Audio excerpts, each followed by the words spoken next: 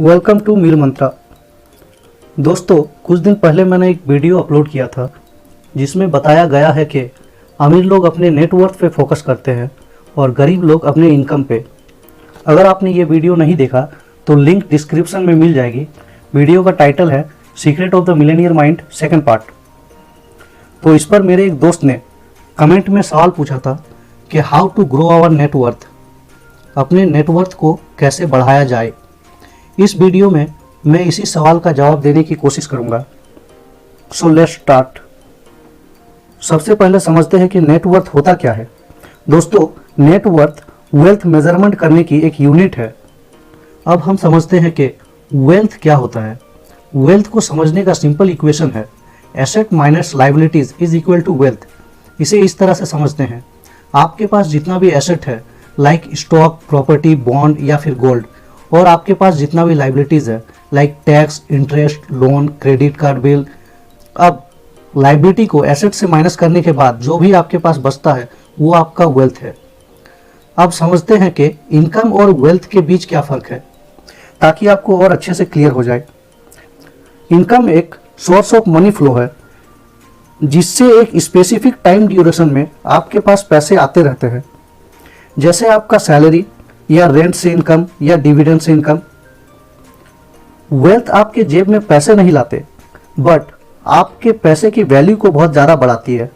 Example, आपने साल 2000 में कहीं 1 लाख रुपया इन्वेस्ट किया, मान लेते हैं कोई ज़मीन खरीदा। अब 20 साल बाद आज के डेट में उस ज़मीन की कीमत अगर 20 लाख हुई तो अब आपका वेल्थ 20 लाख है, भले ही ये पैसे आपके जेब में नहीं है।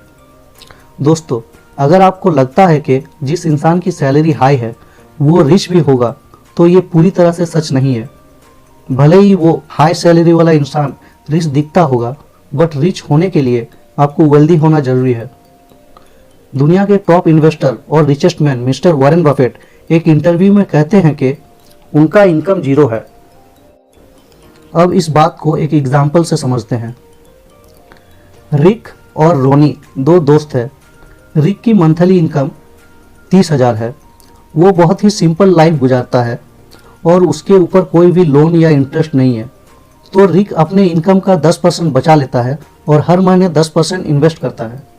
कुछ साल बाद उसकी सैलरी बढ़ती है, तो उसी हिसाब से उसकी इन्वेस्टमेंट अमाउंट भी बढ़ जाती है।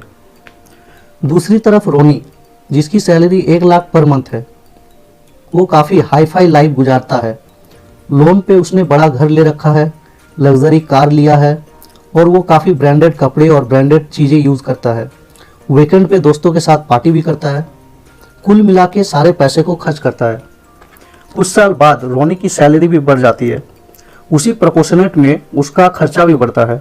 अब 30 साल के बाद जब दोनों रिटायर्ड होना चाहते हैं, रिक जो कि 10% इन्वेस्टमेंट करता था, आज उसकी कुल इन्वेस्टमेंट वैल्यू 4 करोड़ हो गया है। दूसरी तरफ रोनी का होम लोन अभी भी चल रहा है, कोई इन्वेस्टमेंट भी नहीं है। अब अगर रिक, जिसका नेटवर्थ 4 करोड़ है, वो रिटायरमेंट ले लेता है तो उसकी इनकम हो जाएगी 0, बट फिर भी वो रोनी से बहुत ज़्यादा अमीर रहेगा।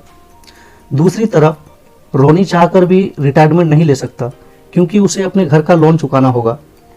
कंक्लूजन ये है कि एक्चुअल रिच बनने के लिए आपको अपना नेटवर्थ बढ़ाने की ज़रूरत है, और नेटवर्थ बढ़ाने के लिए आपको अभी से एसेट एक्युमुलेट करना जरूरी है, ना कि लायबिलिटीज।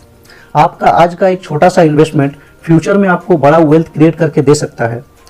अब कुछ लोगों को लगेगा कि अमीर कंजूस होते हैं, बट ऐसा कुछ नहीं है। अमीर लोग बहुत ज़्यादा लग्जरी लाइफ गुजारते हैं, बट इनिशियल स्टेज पे नहीं। वो कभी भी अपना इनकम के पैसे को अपने शौक पूरे करने के लिए खर्च नहीं करते। वो पहले अपने पैसों को इन्वेस्ट करते हैं, फिर उस पैसों से जो पैसा बनता है उसका कुछ हिस्सा अपने शौक के लिए खर्च करता है। इस तरह से उनका नेटवर्थ भी बढ़ता जाता है और उनके शौक की चीज़ें भी पूरी होती है। आई होप कि ये टॉपिक आपको क्लियर हो गया होगा।